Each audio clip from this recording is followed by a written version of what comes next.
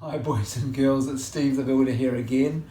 I've set out the track mat as I promised. Here it is on the floor, and I'm sitting here in the corner. I've got my big train pictures beside me, and I've got the set that I've opened up, and I'm ready to start laying out some track. I think I've got an interested party here. Annie, you're not allowed to play with the trains. So what I'm going to do, boys and girls, is I'm going to join the track together, and I haven't got enough to do all of the track mat. We need to get some more for my next birthday maybe, but in the meantime I'm just going to show you how I'm going to join the tracks in the different parts, and then you'll leave me to it while I join it together, and I'll come back to you later. So boys and girls, here's the view of the track mat from above. You can see that I've laid out some rail on where the rails are going to go, and I've still got some more to do. And you can see over there's a station platform and some cars parked. Well, I'm going to join the rails together here. This is how they join together. They've got a little tab on this side and one on the other side for the rails, and they've got to come together like so, and then you push them in there firmly, and that joins the rails together like that.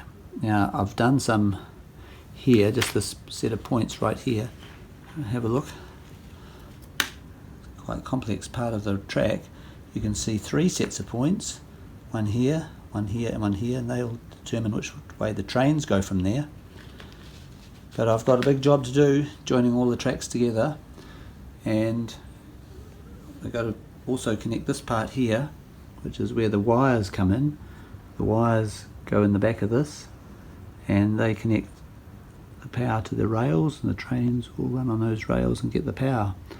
Over the far side I've got the power and the controller, and I'll connect those up when I've done all the rail, and then we'll be ready to try out the trains. So leave me to it and I'll get busy, and we'll catch you later. Well boys and girls, I've got all the track put together that I've got here, and I've put a locomotive on here, and I've connected the wires. So I'm about to push the button to see if it goes. I hope it does. We've got one person watching over here, and Linda's on the camera watching too.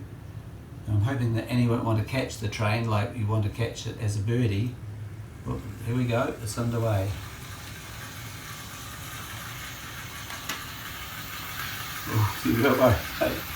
It's going quite well. I can stop it right on by me.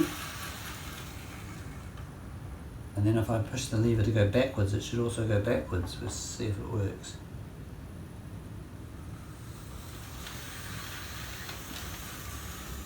Let me stop here. I'll come back again forwards.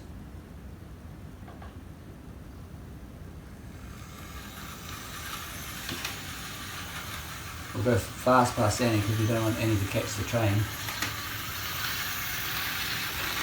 And I'll slow down on this corner.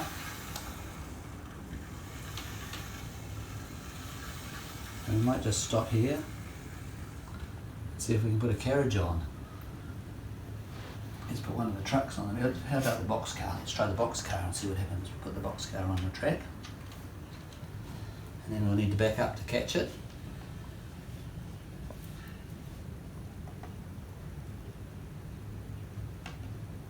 And push the back button. Oh, that was a bit rough. I need to learn to be a train driver, don't I? And now we'll make it go the other way. And there we are, we're hooked on. Whoops. I think I went too fast through the points, do you? Well, we'll see. Anyway, I'll practice a bit more being a better driver and getting the points to work properly, and then we'll have another go. Now you've got something to show them too that you're going to be doing this afternoon, Steve, haven't you? Down on the train? Yes. Yes, the pedal car train you're talking about. Yes. Yes, I've been doing a wee bit of work. We'll go and have a look at that soon. And I'm sorry, Annie, but that's your little watching time is over just for now. But she'll be back. Okay. Bye. Bye, boys and girls. Well, here we are, boys and girls, back on our project, our Thomas project. I've scraped the other side. I'm just scraping this side with a chisel, getting off some big pieces of paint like that. And like here, as you can see some there. Once I get this all scraped on with the chisel, it's an old chisel, surface of the big flakes, then I'm going to use one of the following tools. Either my drill with some sandpaper attached, like that, or I've got a special belt sander here with a very thin belt on it.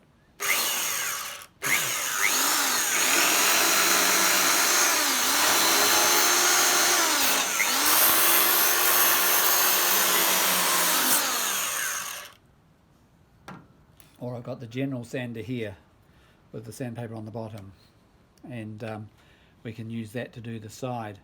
So I'm going to sand it all over, and then I shall put some paint on it. Now this paint is designed to go over rusty paint because it kills the rust first and then puts an undercoat onto the surface. But I want to get that nice and shiny first with some sandpaper. I can also just use our ordinary hand sandpaper, which we use at preschool sometimes, to get the surface nice and clean. So before I do that properly, I'm going to put on my mask and then I can get busy. So I'll just do that, take my hat off.